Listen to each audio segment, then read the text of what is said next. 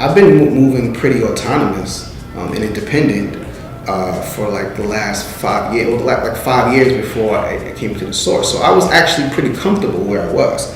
I would, even my media work would be done through my company, Dreams of Real Entertainment. And I just felt like that was the way to go. Like if there was one thing I learned from watching the game was that if you don't really own it, like what's the point? And that was my biggest lesson, like watching, how Elliott's departure from Harris worked out, and watching people get bounced from here and there, or just watching people just be stagnant and be in the same position with really no growth creatively. Like I didn't want any of that, and like I didn't want somebody to bounce me out on my against my terms.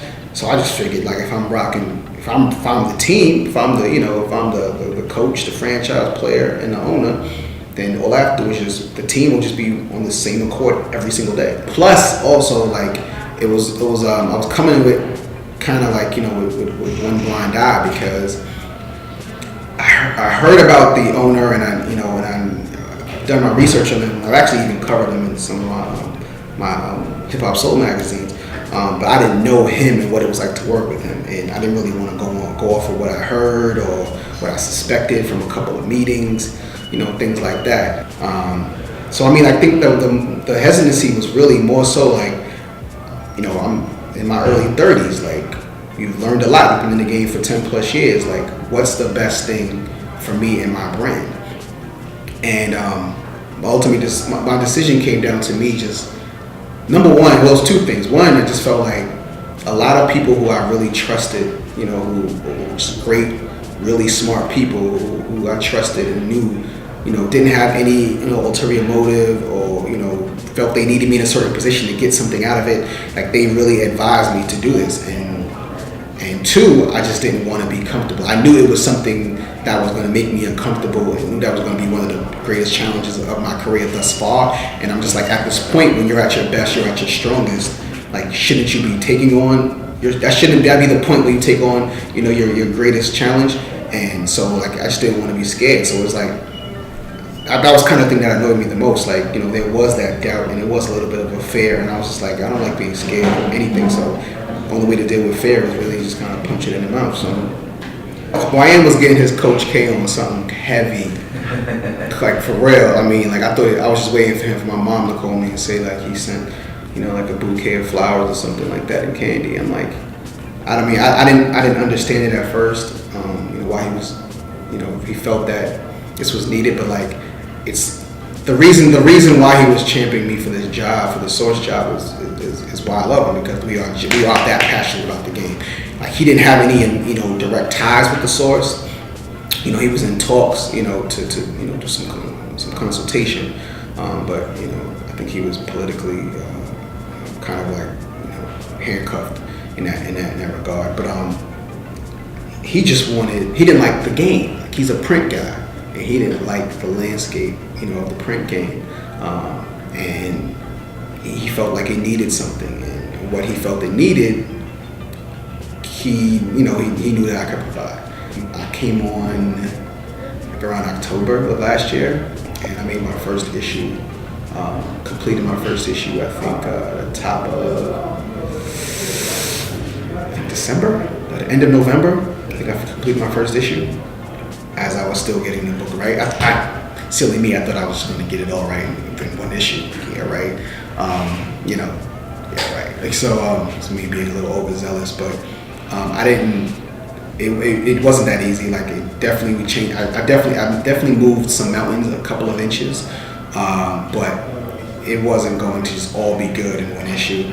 And so I wasn't able to get right to the website. And when Reg came on, like, that was really his area of expertise. So we kind of worked hand in hand, with him helping me with the book, and me helping him with the management of the staff towards the website. So it's been a really good partnership, and he's learning, I'm learning, and we're enjoying it. That's the thing. Like, he'll tell me, like, if we're not having fun with this, then we don't need to be here. So I don't really see any other magazine dedicated to the culture of hip hop. And when I say hip hop, I'm talking about just outside of the music. Like, yes, we're predominantly a music magazine, well, not predominantly music magazine. We're rooted in the music, but really I'm trying to really give it all. I mean, like, check the Gucci issue. I mean, you'll see how broad I want to keep it, but the vertebrae is still very much hip hop.